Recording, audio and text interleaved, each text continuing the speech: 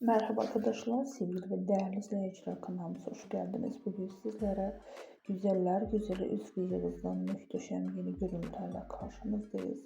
Hayranları tarafından çok sevilen, başarılı, ünlü, güzel oyuncumuzun Barcelona gezintisinden olan yeni fotolar anında görmek istiyorsanız da bizim kanalımıza abone olun ki ilk videolarımızı izleyen sizler olasınız. Buyurun videomuzu izlemede kalın.